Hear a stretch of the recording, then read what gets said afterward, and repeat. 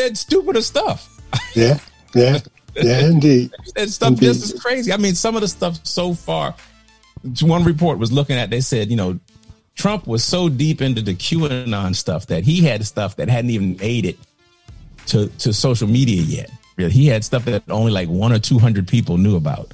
So he had to be really deep into this stuff. And I mean, man, I don't know. I mean, it's crazy. And what's going to be the backlash again, in the middle of all of this? We got this going on. People are forgetting that there are people in hospitals and people who can't even get to hospitals in California because they've said, you know what? If they don't look like they're going to make it, if you can't, they don't look like they're going to make it, don't bring them here. It's like, no. What country is that? Where is that? That's third worldish kind of stuff. Right. I don't know. It's just, it's crazy. I don't know how you get to the healing point when people just won't, they won't see it. They don't see it. They don't see how it's hurting everybody. And they don't see also, to the privileged person, equality feels like oppression. To the person who is privileged, when everybody has what you has, you feel like you're losing something. When everybody has that opportunity. And I think that's what's happening here. But you don't know that a rising tide will lift all boats. Yes. So everybody's going, if everybody can do what they need to do economically, then everybody's going to be okay. But you got all this crazy stuff happening at the same time. You got Mega Millions of Powerball. You got pandemic. You got crazy folk tearing down the everywhere all over DC, and they're talking about. They said DC's on a lockdown. It is. Yeah. Well, when it gets dark, I bet they get their ass out of there. I bet they get out of there. Then they just got scared. They ain't gonna run up. Oh, it's dark. Just a minute. Let's get out of here. Let's hit the bunker. But it's just, and they're telling, they were telling some of the other folks, Black Lives Matter people, please don't go out. We ain't going out there. What are we fighting for? We good right now. We're not good, but we're good. And that we don't. This ain't our fight. This is their thing. But it has been interesting to watch the response of the police officers, what had happened. And I don't know.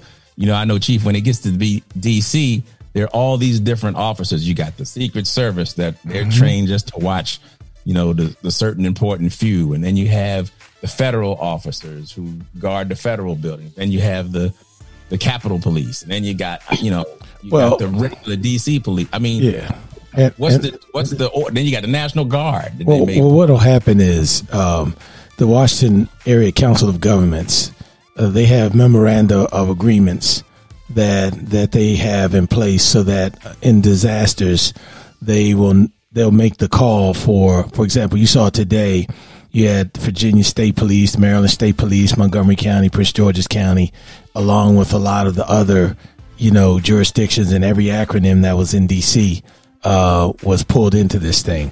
So they have the mutual aid agreements there for just these types of disasters. I think what is going to be interesting, as I said earlier, is just to figure out, what level of preparation was there or was not there. Just a lot of Monday morning quarterback things that they're going to probably want to look at, because I can tell you the images of people storming the Capitol was a bit overwhelming for a lot of people. Because if you look at the social media posts, I'm talking about right, left, center. People were really caught off guard by that. And that's not something that you associate with the United States of America, is seeing the symbol of the power associated with our government was sort of under siege for a minute, because think about it. Think about the seriousness of this. This incident actually shut the Congress down, the Senate and the House. They were not able to conduct any of the people's business for about 5 or 6 hours while they had to do this. And think about this also. In a lot of these senators' desks, you have information. Some of that information shouldn't be out on the street at that particular time. and they actually showed some of the folks that broke into the building in the offices of the various senators, and at the podium I saw a picture of someone carrying I believe it was Nancy Pelosi's podium down the hall, and of course, like I said, you saw the picture of the gentleman sitting in the chair literally where the vice president was sitting that morning. And so, that was just a real symbol of a total breakdown in order and structure. And I think that even for your most hardcore patriot, if you will, when you see that kind of foolishness go on, that should give everybody a pause for the cause, because the whole beauty of our system is if Shannon and I have differing opinions, we're supposed to be able to, in a civil environment, to disagree till our faces fall off. But we certainly don't advocate that kind of foolishness where you literally had senators and congresspeople and visitors and staff members literally hiding in the U.S. Capitol. Think about that. In the United States of America, you had folks hiding under their desks because the building had been stormed. That's not a good look. It's crazy. That's crazy. I was looking at a someone's Instagram post, and they said they didn't breach or storm the Capitol. They were let in, and the video shows the police kind of moving the gates away. Oh wow! And the people walking in. Well, I think I tried to just. Well, if that's the case, all I want you guys to know, if it was the four of us, we wouldn't be here right now. We would be here. Indeed. Right well, now I don't know who wrote that post. Or four that look like us. You wait till they, but I was great. That's but in all seriousness, I think it was MSNBC and Fox, for that matter, they actually have pictures of the folks breaking out windows to get into the building.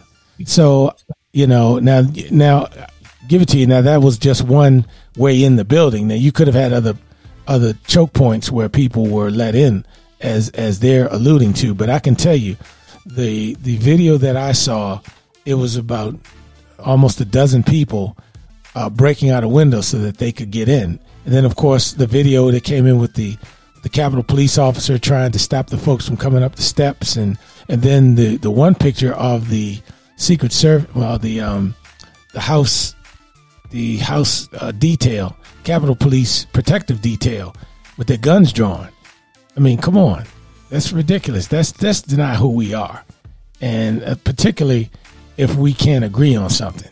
We might not ever agree with Republicans. Republicans might not ever agree with Democrats, who might not ever agree with independents. But man, we can't tear the place up and put people in danger. That's not cool. You can be not political cool. opponents, but not enemies. Absolutely. I think it's good to disagree and to debate. That's how you grow.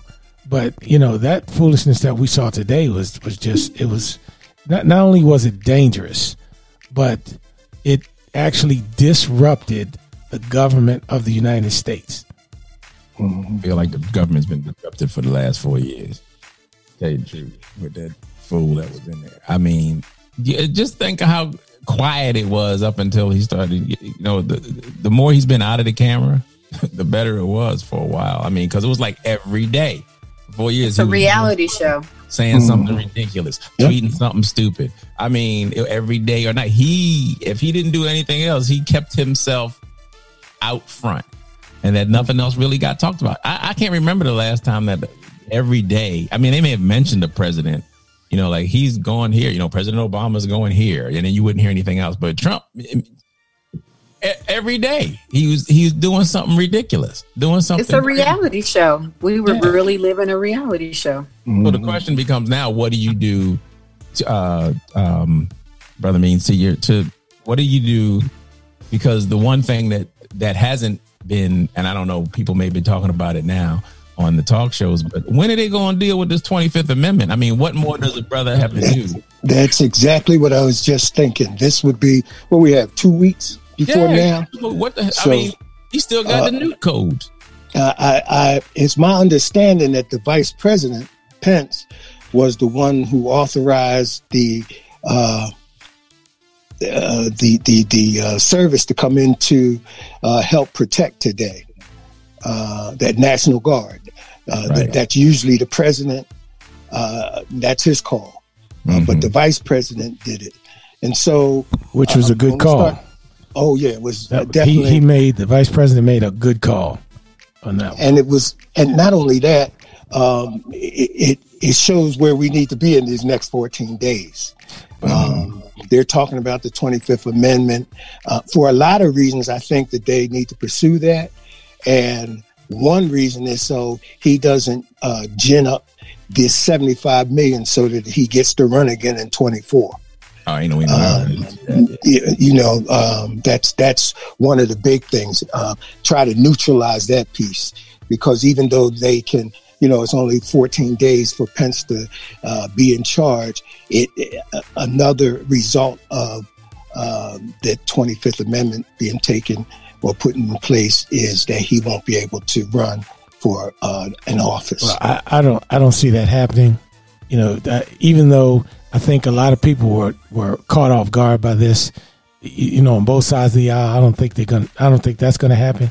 But one thing that I do want to know, Leonard, is, do you think that, again, from a clinician's perspective, that the country is so damaged mentally that we will ever get back to a state where we're able to, interact without wanting to put our hands on each other's necks?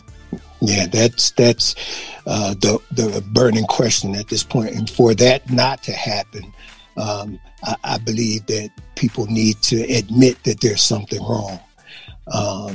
If they don't, then, we're talking 75 million people who don't believe something's wrong.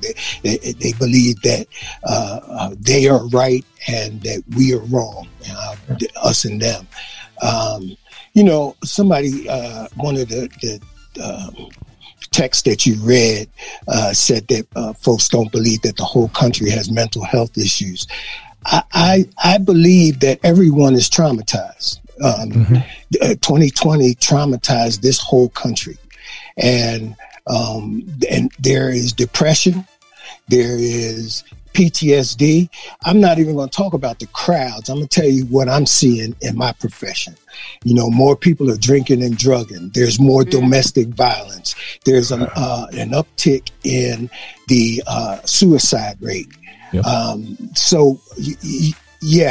There is a need for us to address the concerns that folks have. And the problem is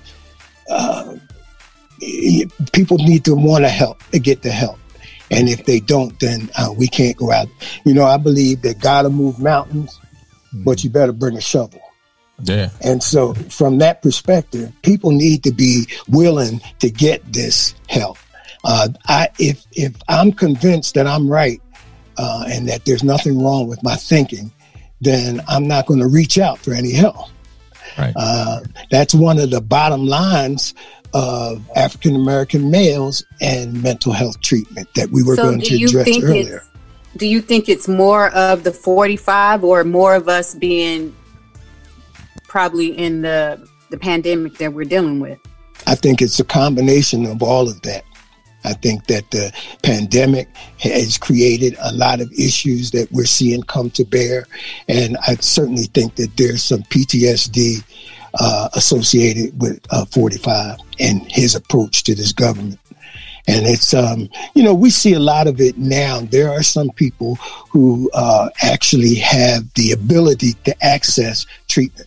And when I say have the ability, I mean they, a lot of people had insurance coverage through their job and they lost their job.